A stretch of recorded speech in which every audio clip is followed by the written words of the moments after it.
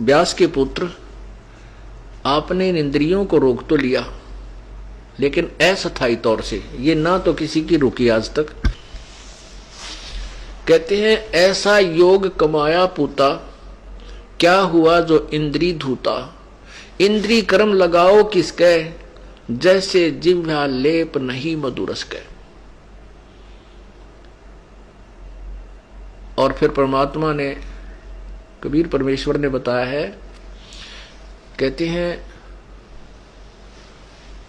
शब्द सप्रस रूप रसगंध, ये 5 प्रकार के विकार होते हैं जिनसे ये प्राणी, जिनके कारण ये प्राणी अपने जीवन को बर्बाद कर देता है।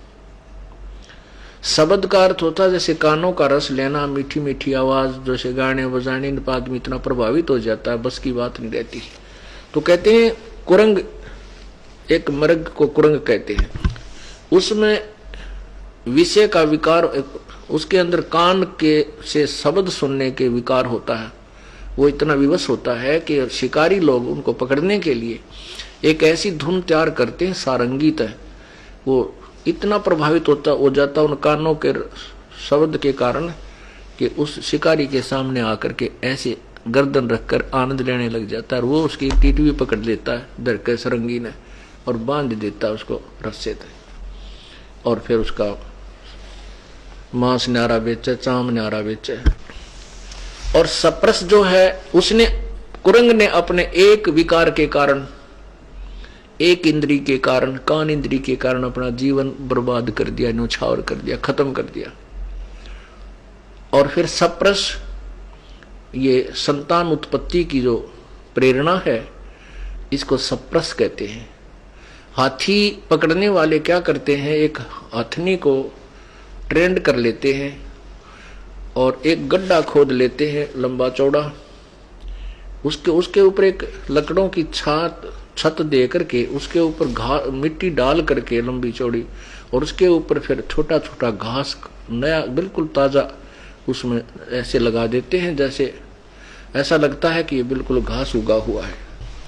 उस हथनी को भेज देते हैं उन हाथियों के झुंड में, वो ट्रेंड होती है और वो जाकर के उन हाथियों को सप्रस करती है, उनको प्रेरणा करती है, उनके अंदर रजोगुण उत्पन्न कर देती है। और फिर वो उसके साथ भागने की चेष्टा कर, जब वो कोशिश करते हैं तो वह भाग लेती है। पीछे पीछे हाथी उसके पीछे पीछे 4, 5, 6 का झुंड लग लेता है। वो ट्रेंड होती है, सीधी भागी आती है। वो जो हाथी पकड़ने वाले वृक्षों की ओट में खड़े हो जाते हैं, आड़ में। वो हथनी एक बार तो सीधी भागी आती है, हाथी उसके पीछे पीछे भाग रहे होते हैं, वो एकदम साइड काट के और फिर ऐसे ऐसे घूमकर न्यू भाग लेती है, ऐसे फिर सीधी भाग लेती है। हाथी फिर सीधे ही भागे आ जाते हैं, वो अंधे हो जाते हैं, नहीं देखते आगे क्या है, नहीं तो हाथी सूंघ सूंघ के कदम रखता है। तो एकदम वो उन गड्ढे में आकर गिर जाते हैं जो वो लकड़ी से छत दे रखी थी, और वहां रो चंगाड़ मारे, बुरा हाल करे। फिर उसके अंदर उसको हाथी पकड़ने वाले फिर ऊपर से उनका भाले ठोक के खूब उनको नचा के कुदा के भूखे रख के, जो वो कति ऐसे हो जाते हैं, तब उनको पकड़ के बाहर और नगर नगर गांव गांव में उनकी दुर्गति करते हैं, उनसे फिर भीख मांगते हैं उनके ऊपर बैठ के। एक सप्रस के कारण, एक रजोगुण के कारण, सप्रस जो एक इंद्री का रस के कारण, उसने प्रजनन इंद्री के कारण के रस, उसके कारण उसने अपना जीवन खो दिया।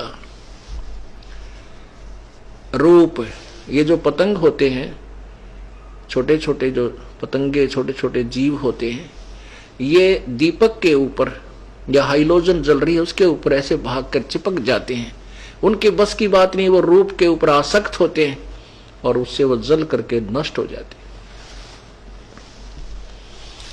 रस, जीव के स्वाद, जिह्वा इंद्री के कारण एक मछली जो अपना जीवन बर्बाद कर देती है, क्योंकि मछली पकड़ने वाले एक कांटे में लोहे के घुंडी वाला तार होता है, उसके अंदर एक मांस का टुकड़ा फंसा के और एक धागे से वो कुंडा बांध कर कांटा और जल में डाल देते और वो मछली भाग कर उसको पकड़ लेती है। पकड़ते ही वो कांटा उसके हलक में गड़ गया, अंदर जो है ना उसके मुख के अंदर फंस जाता है और वो झटका देते हैं और ज्यादा गड़ जाता है, बाहर पटक मारे और वो मछली ने उस एक अपने जिह्वा स्वाद के लिए द्री के कारण अपना जीवन खो दिया। सुगंध गंध भौरा एक होता है, भौरा एक आपने देखा होगा, काला सा बूंद सा उड़ता हुआ चला करे। उस भौरे के अंदर नाक इंद्री जो है, नासा इंद्री, ये प्रभावित होती है। इसके कारण वो फूल पर बैठ जाता, सुगंध लेने में इतना मस्त हो जाता है, रात्रि में फूल बंद हो जाता है और उसी में अपना जान बर्बाद, वो मर जाता है, लेकिन उठ नहीं सकता। तो यहां परमात्मा ये बताना चाहते हैं, कुछ तो दूसरे योगीजन संपूर्ण इंद्रियों की क्रियाओं को, प्राणों की समस्त क्रियाओं को ज्ञान से प्रकाशित आत्म संयम रूप अग्नि में हवन क्या करते हैं। कहते हम बहुत अपने आप को साध लिया है, अपनी इंद्रियां रोक ली हैं। परमात्मा कहते हैं, कहन सुन की करते बाता कोई ना देखा अमृत खाता। कहते हैं परमात्मा कहते हैं कि कुरंग